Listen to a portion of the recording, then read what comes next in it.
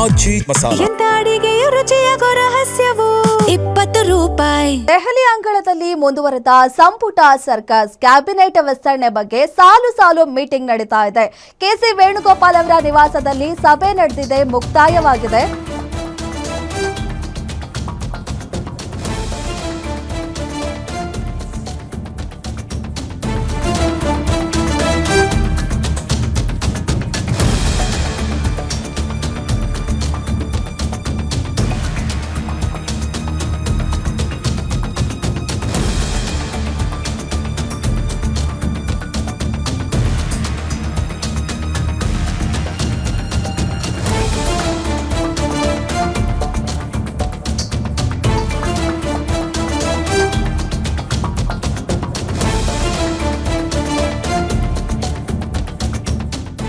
ದೆಹಲಿ ಅಂಗಳದಲ್ಲಿ ಸಂಪುಟ ಸರ್ಕಸ್ ಮುಂದುವರೆದಿದೆ. ಕ್ಯಾಬಿನೆಟ್ ವಿಸ್ತರಣೆ ಬಗ್ಗೆ ಸಾಲು ಸಾಲು ಮೀಟಿಂಗ್ಗಳು ನಡೀತಾನೆ ಇದೆ.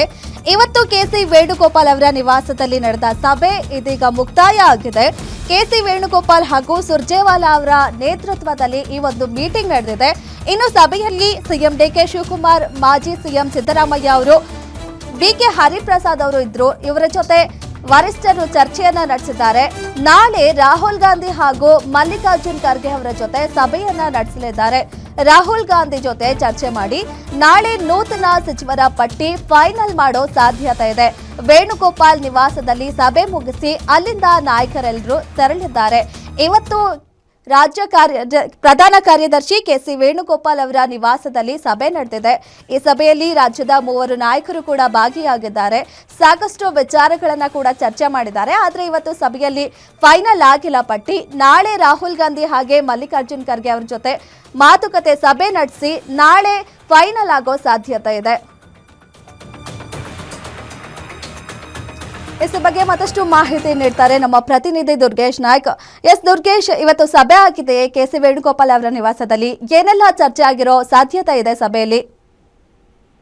ಎಸ್ ಧನಶ್ರೀ, ಸಚಿವ ಸಂಪುಟ ವಿಸ್ತರಣೆ ವಿಚಾರಕ್ಕೆ ಸಂಬಂಧಪಟ್ಟಂತೆ ಎಐಸಿಸಿಯ ಪ್ರಧಾನ ಕಾರ್ಯದರ್ಶಿ ಆಗಿರುವಂತಹ ಕೆಸಿ ವೇಣುಗೋಪಾಲ್ ಅವರ ನಿವಾಸದಲ್ಲಿ ರಾಜ್ಯ ಉಸ್ತುವಾರಿ ಸುರ್ಜೇವಾಲಾ ಮತ್ತೆ ಎಐಸಿಸಿಯ ಕಾರ್ಯದರ್ಶಿ ಆಗಿರುವಂತಹ ಕೆಸಿ ವೇಣುಗೋಪಾಲ್ ಅವರ ನೇತೃತ್ವದಲ್ಲಿ ಸಭೆ ನಡೆದಿರುವಂತದ್ದು. ಈ ಸಭೆಯಲ್ಲಿ ಪ್ರಮುಖವಾಗಿ ಸಿಎಂ ಡಿಕೆ ಶಿವಕುಮಾರ್, ಮಾಜಿ ಸಿಎಂ ಸಿದ್ದರಾಮಯ್ಯ ಮತ್ತು ಕೆಪಿಸಿಸಿ ಅಧ್ಯಕ್ಷರಾಗಿರುವಂತಹ ಬಿಕೆ ಹರಿಪ್ರಸಾದ್ ಅವರು ಭಾಗಿಯಾಗಿದ್ರು. ಪ್ರಮುಖವಾಗಿ ಸಚಿವ ಸಂಪುಟ ವಿಸ್ತರಣೆಯನ್ನ ಮಾಡಲೇಬೇಕನ್ನುವ ನಿಟ್ಟಿನಲ್ಲಿ ಸಿಎಂ ಡಿಕೆ ಶಿವಕುಮಾರ್ ಅವರು ಪಟ್ಟು ಹಿಡಿದಿರುವಂತದ್ದು. ಜೊತೆಗೆ ಇದೇ ವಾರದಲ್ಲಿ ಆಗ್ಬೇಕನ್ನುವಂತ ಲೆಕ್ಕಾಚಾರ ಇಟ್ಕೊಂಡು ಸಭೆಯನ್ನ ಮಾಡಿರುವಂತದ್ದು. 20 ಸಚಿವ ಸ್ಥಾನಗಳಿಗೆ 40ಕ್ಕೂ ಹೆಚ್ಚು ಶಾಸಕರು ಪೈಪೋಟಿಯನ್ನು ನಡೆಸ್ತಿದ್ದಾರೆ. ಯಾರಿಗೆಲ್ಲ ಅವಕಾಶವನ್ನ ಮಾಡಿಕೊಡ್ಬೇಕನ್ನುವ ನಿಟ್ಟಿನಲ್ಲಿ ಸಿದ್ದರಾಮಯ್ಯ ಮತ್ತು ಡಿಕೆ ಶಿವಕುಮಾರ್ 2 ಪಟ್ಟಿಯನ್ನ ಸಲ್ಲಿಸಿರುವಂತದ್ದು. 2 ಪಟ್ಟಿಯಲ್ಲೂ ಕೂಡ ತಮ್ಮ ಆಪ್ತರಿಗೆ ಮಣೆ ಹಾಕುವಂತ ಕೆಲಸವನ್ನು ಮಾಡಿದ್ದಾರೆ. ಹೀಗಾಗಿ ಎಐಸಿಸಿಯ ಪ್ರಧಾನ ಕಾರ್ಯದರ್ಶಿ ಆಗಿರುವಂತಹ ಕೆಸಿ ವೇಣುಗೋಪಾಲ್ ಸುರ್ಜೇವಾಲಾ ಜೊತೆಗೆ ಒಂದು 20 ನಿಮಿಷಗಳ ಕಾಲ ಒಂದು ಸಭೆಯನ್ನು ನಡೆಸಿದ್ರು. ಆ ಸಭೆಯಲ್ಲಿ ಯಾರಿಗೆಲ್ಲ ಅವಕಾಶವನ್ನು ಮಾಡಿಕೊಡ್ಬೇಕು ಅನ್ನೋ ನಿಟ್ಟಿನಲ್ಲಿ ಚರ್ಚೆಯಾಗಿದೆ. ಪ್ರಮುಖವಾಗಿ 2-3 ಬಾರಿ ಗೆದ್ದಂತವರು ಮತ್ತೆ ಹಿರಿಯ ಶಾಸಕರು ಹಾಗೂ ಹೊಸದಾಗಿ ಗೆದ್ದಿರುವಂತಹ ಈ ನೂತನ ಶಾಸಕರಿಗೂ ಕೂಡ ಅವಕಾಶವನ್ನ ಮಾಡಿಕೊಡ್ಬೇಕನ್ನೋ ನಿಟ್ಟಿನಲ್ಲಿ ಚರ್ಚೆ ಆಗಿದೆ ಅನ್ನುವಂತ ಮಾಹಿತಿ ಇರುವಂತದ್ದು. ಯಾಕಂದ್ರೆ ಈ ಒಂದು ಪಟ್ಟಿಯನ್ನ ಆಧರಿಸಿ ರಾಹುಲ್ ಗಾಂಧಿ ಮತ್ತು ಖರ್ಗೆ ಕೊನೆಯ ಅಂತಿಮ ನಿರ್ಧಾರವನ್ನ ಮಾಡಲಿದ್ದಾರೆ. ಹೀಗಾಗಿ ನಾಳೆ ಬೆಳಿಗ್ಗೆ ರಾಹುಲ್ ಗಾಂಧಿ ಮತ್ತು ಮಲ್ಲಿಕಾರ್ಜುನ್ ಖರ್ಗೆ ಅವರಿಗೆ ಈ ಒಂದು ಪಟ್ಟಿಯನ್ನ ಕೆಸಿ ವೇಣುಗೋಪಾಲ್ ಅವರು ಸಲ್ಲಿಸ್ತಾರೆ. ಅದಾದ ಬಳಿಕ ಡಿಕೆ ಶಿವಕುಮಾರ್ ಅವರಿಗೆ ಒಂದು ಸಂದೇಶವನ್ನ ಕೊಡ್ತಾರೆ.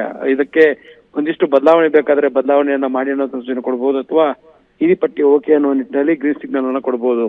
ಹೀಗಾಗಿ ನಾಳೆ ರಾಹುಲ್ ಗಾಂಧಿ ಮತ್ತು ಮಲ್ಲಿಕಾರ್ಜುನ್ ಖರ್ಗೆ ಅವರು ಏನಾದ್ರು ಈ ಪಟ್ಟಿಗೆ ಈಗ ಚರ್ಚೆ ಮಾಡಿರುವಂತಹ ಪಟ್ಟಿಗೆ ಗ್ರೀನ್ ಸಿಗ್ನಲ್ ಕೊಟ್ಟಿದೆ ಆದ್ರೆ ನಾಡಿದ್ದು ಗುರುವಾರ ಈ ಒಂದು ಸಚಿವರ ಪ್ರಮಾಣ ವಚನ ಕಾರ್ಯಕ್ರಮ ಮಾಡೋದಕ್ಕೂ ಕೂಡ ಸರ್ಕಾರ ಸಿದ್ಧತೆಯನ್ನ ಮಾಡ್ಕೊಂಡಿದೆ. ಈಗಾಗಲೇ ಮೌಖಿಕವಾಗಿ ರಾಜ್ಯಪಾಲರ ಕಚೇರಿಗೆ ಒಂದು ಸಂದೇಶವನ್ನ ಕಳಿಸಿರುವಂತದ್ದು. ಗುರುವಾರ ಅಥವಾ ಶುಕ್ರವಾರ ಯಾವುದೇ ಸಂದರ್ಭದಲ್ಲಾದ್ರೂ ಕೂಡ ಸಚಿವರ ಪ್ರಮಾಣ ವಚನ ಕಾರ್ಯಕ್ರಮ ಮಾಡೋದಕ್ಕೆ ಅವಕಾಶವನ್ನ ಮಾಡಿಕೊಡಿ ಅನ್ನೋ ನಿಟ್ಟಿನಲ್ಲಿ ಸರ್ಕಾರ ಇದೀಗ ಮೌಖಿಕವಾಗಿ ಮಾಹಿತಿಯನ್ನು ತಲುಪಿಸಿದೆ. ಹೀಗಾಗಿ ನಾಳೆ ನಡೆಯುವಂತ ಮಹತ್ವದ ಸಭೆ ಮಲ್ಲಿಕಾರ್ಜುನ್ ಖರ್ಗೆ ಮತ್ತು ರಾಹುಲ್ ಗಾಂಧಿ ಅವರ ಅಂತಿಮ ನಿರ್ಧಾರದ ಮೇಲೆ ಸಚಿವರ ಭವಿಷ್ಯ ನಿಂತಿದೆ. ಅದರಲ್ಲೂ ಕೂಡ ಯಾರೆಲ್ಲ ಸಚಿವರಾಗಬೇಕು, ಯಾರಿಗೆಲ್ಲ ಅವಕಾಶವನ್ನ ಮಾಡಿಕೊಡ್ತಾರೆ ಕಾದು ನೋಡ್ಬೇಕಾಗತ್ತೆ ಧನುಶ್ರೀ. ಓಕೆ, ಥ್ಯಾಂಕ್ ಯು ನಿಮ್ಮೆಲ್ಲ ಮಾಹಿತಿಗೆ.